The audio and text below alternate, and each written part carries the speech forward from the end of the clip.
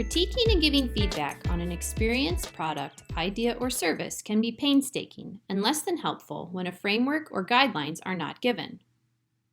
Rose, Thorn, Bud critique feedback method can be a low-level way to gather specific and actionable feedback from all ages.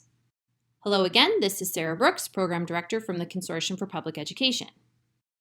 So what is Rose, Thorn, Bud? The human-centered design method referred to as Rose, Thorn, Bud is an excellent way for a team to reflect and give feedback on an experience, idea, service, or product. Establishing specific guidelines that offer feedback that is positive, negative, as well as to identify where opportunities lie is helpful because it narrows down feedback that is specific and actionable for a team to move forward with. Rose, Thorn, Bud is a balanced and anonymous way to reflect on an experience, idea, product, or service. While this method is more common during a critique feedback session, Rose, Thorn, Bud can also function as a personal reflection tool. Self and team critiquing and reflection are extremely important parts of the design cycle. Typically, these are found in the testing phase. However, reflection is a disposition that should be practiced and modeled frequently. It is always important to think critically and to reflect on the work that has been done thus far during every phase of the design cycle, either as a team or as individual team members. So how do you use Rose, Thorn, Bud? Roses, represented by pink stickies, show where positive strengths and successes are.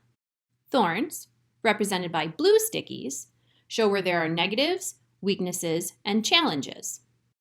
And buds, or green stickies, show where opportunities, potentials, and areas for growth lie.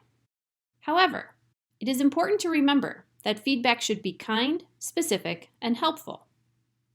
How to give appropriate feedback should be discussed and modeled. What kind, specific, and helpful means to your team should be discussed, agreed upon, and referred back to often. So step 1. Reflect on an experience you have had, or a product, idea, or service you have engaged with. For example, you are participating in a gallery walk, in person or virtual, of concept posters, and you want to reflect on each concept poster and then give feedback to help revise each concept. Or, you and your team has just participated in a company tour, either in person or virtual, and you want to have each team member reflect and give feedback on the experience. Step 2. Write each rose, thorn, and/or bud on an individual sticky using a marker. As mentioned in this and other tutorials, stickies and markers allow for some distance between the designer and offer easily readable anonymous feedback. The size of the sticky also only allows for only so many words to be written, keeping responses short. If you are using stickies, feedback should be written as one thought per sticky.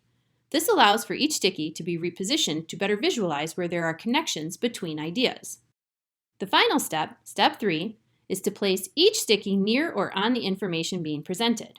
This is so other team members and the designer can easily see the feedback that is being provided. Rose, Thorn, Bud looks a little different whether it is done in person or in a virtual space.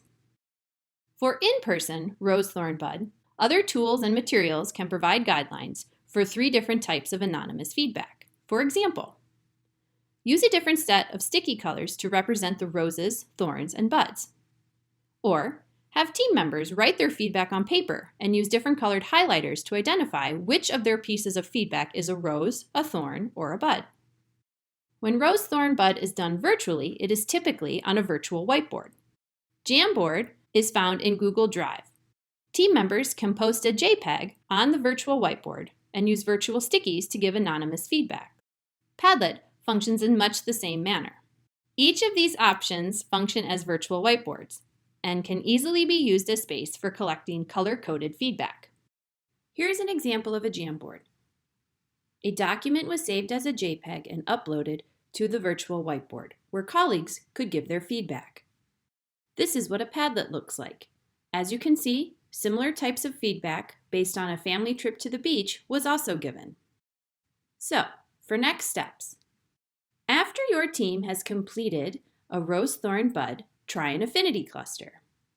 Cluster feedback into large groups of relatable stickies, making big buckets or themes. When applied in conjunction with the Rose, Thorn, Bud method, an Affinity Cluster can have a group literally step back to look to see which themes were predominantly positive, negative, and where opportunities lie. This gives the team a high-level overview of an experience, idea, product, or service. When done in person, an affinity cluster looks something like this. As you can see, the roses, in this particular case being red, the buds being green, and the thorns being blue, have all been clustered based on a few different themes, such as change and resources. When an affinity cluster is done virtually on a Padlet, the format can be changed so that each piece of feedback can be moved around and grouped, for example, like this. Once the feedback's been grouped, it is very easy to place different colored headings for each theme. If you have any particular questions and would like to talk to us more about human-centered design, please contact us. Thanks!